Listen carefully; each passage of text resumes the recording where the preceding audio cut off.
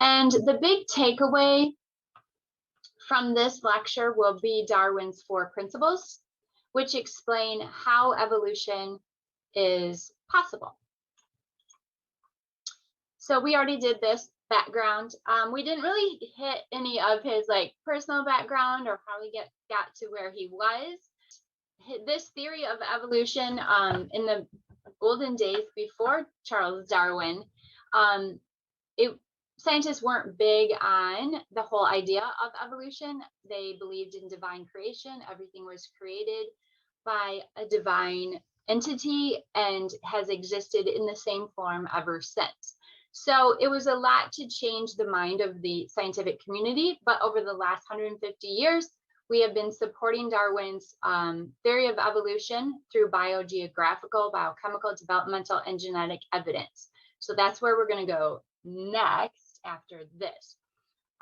You should know a little bit of background about Charles Darwin. He took a boat trip, 1831, so that's the time frame, on the HMS Beagle, Her Majesty's ship. He was hired on as kind of the companion to the captain, but also spent his time there as the naturalist, collecting samples of organisms and rocks and other geographical things. So he was an avid collector of flora and fauna, meaning plants and animals. And he was absolutely astounded by the variety of life he saw in his 5-year journey. So this is showing you his trip from Europe to South America and around the globe, Australia, back to South America, and then back to Europe. So that was what he was there for, was to record geological and biological observations. So a great amount of fame has come to the studies along the Galapagos Islands, and that's one of the things I'm super excited about. Our trip to the Galapagos, we're actually going to go to Charles Darwin's research station, so I think that is super cool.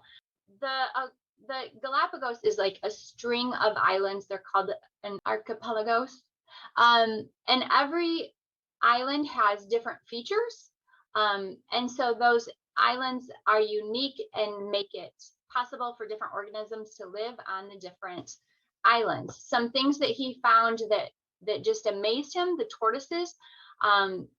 They have 100-year-old tortoises that look similar to the tortoises that we have, yet there are differences. Iguanas, there's marine iguanas that exist in the Galapagos that are not found anywhere else in the world. And the finches, he found a great variety of finches, which he originally thought they were just a variety of the same species. But the more he studied them, the more he discovered that they were indeed different species entirely. So this is the Galapagos Islands here. So they're all volcanic islands off of the coast of South America. And they're varied in their vegetation. They're varied in their geography. So each place is kind of perfect for certain organisms. They had both long and short-necked tortoises. And so we had to look for explanation as to why the two both existed. So on some islands, you will find the short-necked, and some islands you will find the long-necked. And we now know that that has to do with the vegetation that was available to them. So his big study was about the finches. We're going to do more with the finches, I think tomorrow. So he had seen more types of finches on these islands than anywhere else in the world, and he found that they were varied based on the available food that was present on those islands. So some islands had very tough seeds or nuts. Some of them had very soft berries, and others would feed off of insects. And so they found the beaks were varied according to the type of food that they ate. Back in the day, Lamarck would have said that these organisms, they changed during their lifetime to fit whatever the need was of the environment, and that change would have then been passed on to their offspring, we now know more about genetics and mutations and how phenotypes come to be. And we realize that indeed these changes are due to mutations in the genetic code that code for the proteins, that code for the traits, and therefore couldn't have just developed during a lifetime in order to reach a goal, if you will. So this is showing you the different beaks and the different types of foods that those organisms would have ate, and how each of these beaks served as an adaptation. Adaptations are beneficial traits. So what made this beneficial was the fact that it could eat certain types of foods, and those foods were available. Okay, so through his observations, he saw that there was a struggle to survive. We know there's limited food resources, right? We know that only, like, each area can only support a certain number of organisms, whether it's for food, water, shelter, mates, right? So we know that there's a struggle to survive. The predator-prey relationship, the more organisms there are, the easier the prey become, right? So the patterns of diversity, he observed unique adaptations in the organisms.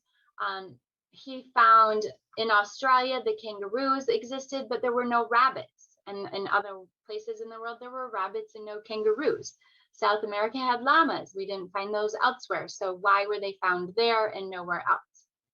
We find the sugar glider and the flying squirrel in two different areas, both adapted to the same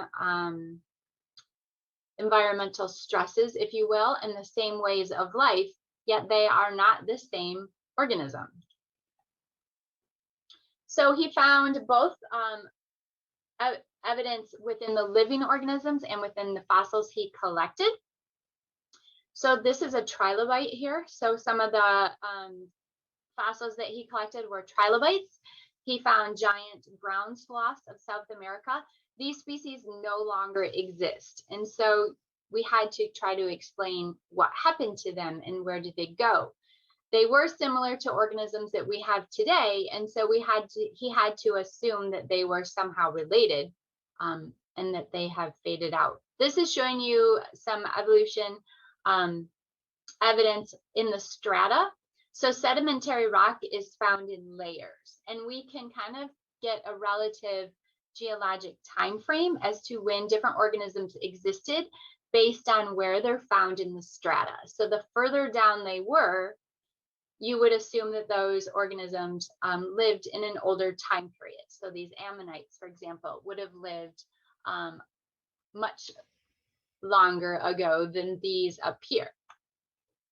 So he saw that in some strata, it might have been the last time he saw certain organisms, and that they didn't show further up in the strata. And so those organisms went extinct.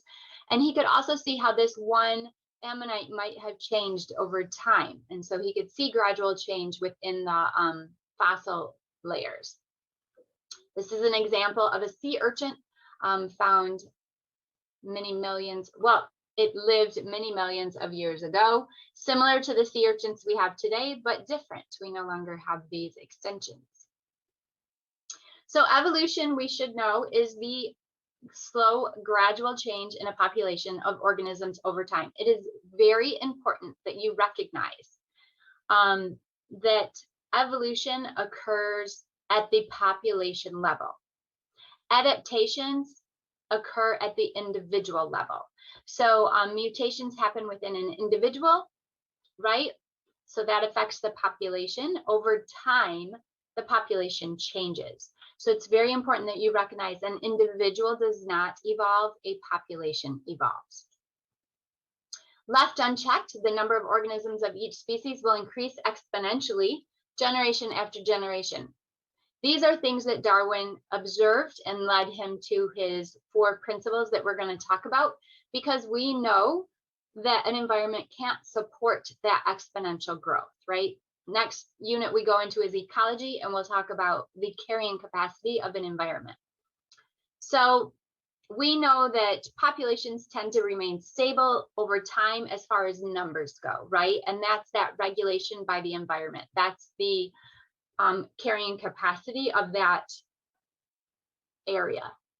So we know environmental resources are limited. There's not an unlimited resource of food and water and shelter. So these things are going to limit how many organisms can live in a certain space. The fact that individuals produce more organisms that can survive leads to a struggle for existence, right? We're going to look at the adaptations, the variations that allow some organisms an advantage. So only a fraction of the offspring actually will survive after each generation and pass on their traits. This is the survival of the fittest. The overproduction, those are better suited to survive, pass on their traits. And they do so through reproduction. We see a great amount of variation. If there wasn't variation, individuals would not have an advantage, right? They would all be on an equal playing field. Some organisms, it would be more random as to who survived and who didn't, right? But because of variation, there is an advantage to certain traits that allows one a better chance. Maybe they have a better song. Maybe they make a better nest, do a better dance. Maybe they're faster and can evade predators. Maybe they have a camouflage that allows them to either sneak up on their prey or, again, evade the predators. So there's different variations that give them that better chance at survival. Those that inherit those characteristics are most suited for their environment, more likely to pass on their traits. When you talk about fitness, you're talking about passing on your trait. This is natural selection. The environment produces a stress. Your genes allow for the variation that produce your fitness. So unequal ability of individuals to survive and reproduce leads to gradual change. It's not all at once.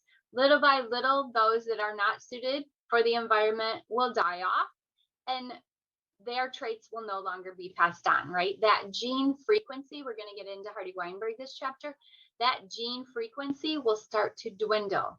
Those that are reproducing, passing on their genes, that allele frequency that codes for that specific trait, that allele frequency will increase over time, over several generations. His book was not published until 1859. It's On the Origin of Species by Means of Natural Selection. Charles Wallace, he also had the same idea, actually, and he was beginning to publish information, and that was kind of the kick in the butt for Charles Darwin. He had to get his stuff out there published, or we would be talking about Wallace at this point, probably. They did co-author documents in scientific journals, so there was collaboration among scientists, which is nice to see. He was still very religious individual and believed in that whole idea of creationism.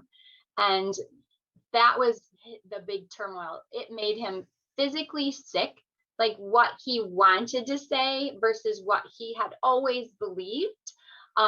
You know how that is when you have to make a tough decision that you don't want to make. And it literally made him physically ill.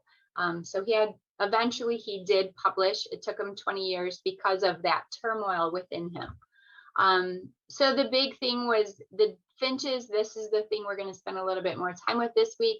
The different beaks allowed for different individuals to breed and pass on their traits. So they successfully competed for food.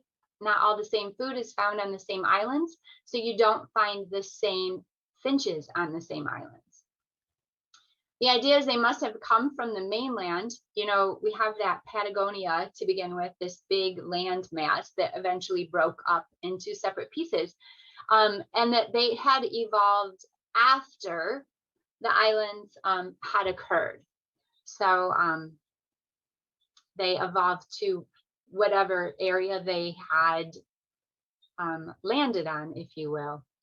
So they pass those successful traits on. These are the 4 principles you should be able to talk about. So if you take nothing else away, you want to be able to talk about these 4 things as a means of natural selection.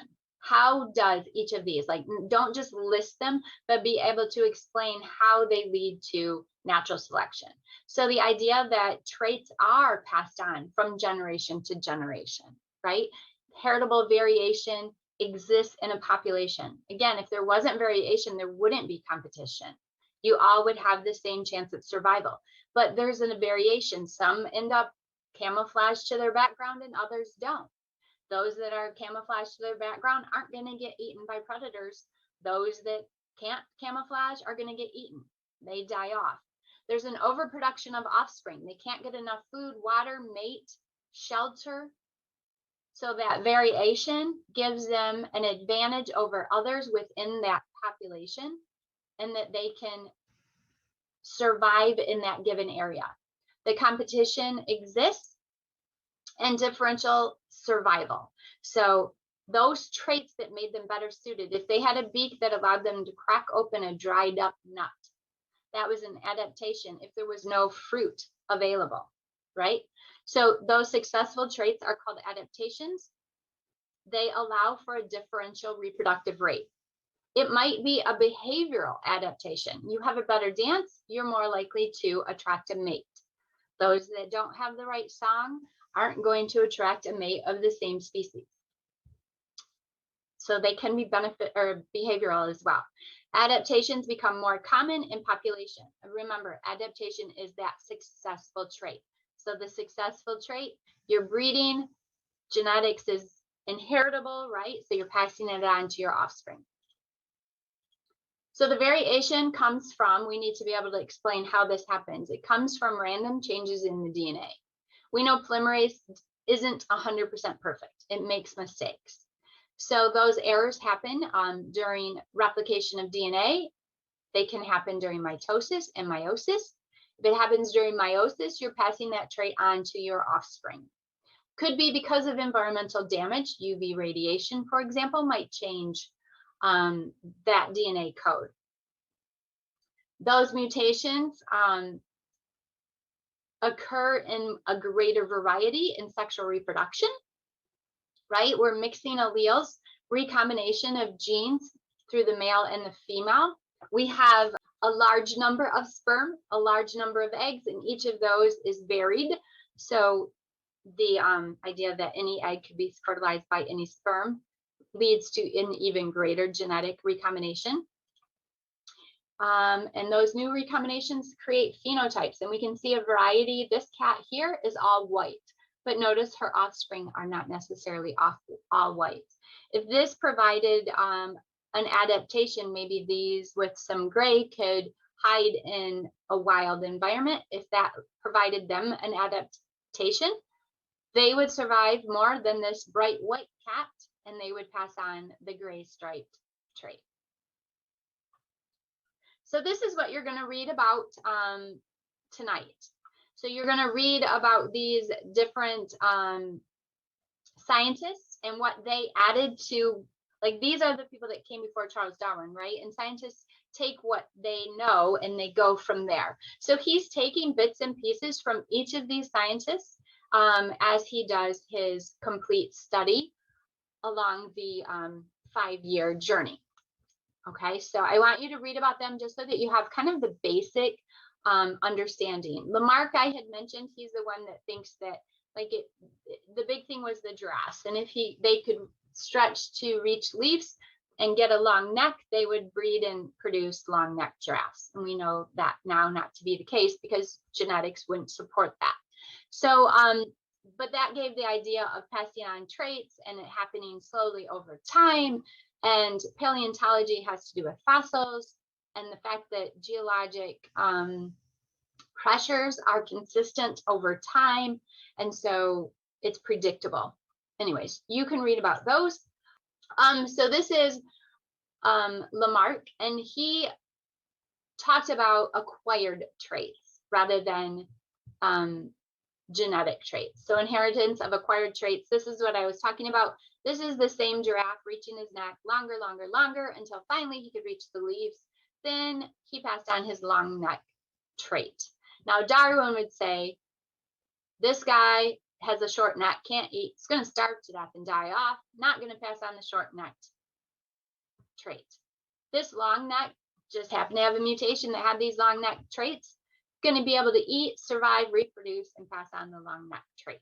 So that's kind of the big difference between Lamarck and Darwin. So this is showing the same individual stretching, stretching, stretching, the neck gets longer. So this is kind of towards a goal, towards perfection. So during a lifetime, an organism would change to reach those goals. Like the bird wanted to fly, so it developed wings and it flew. And we know that is not the case. Okay, he did not understand how traits were inherited, so he didn't have that genetic background. So we know genes are not changed by activities, but are changed through mutations only. And that happens before you were ever born.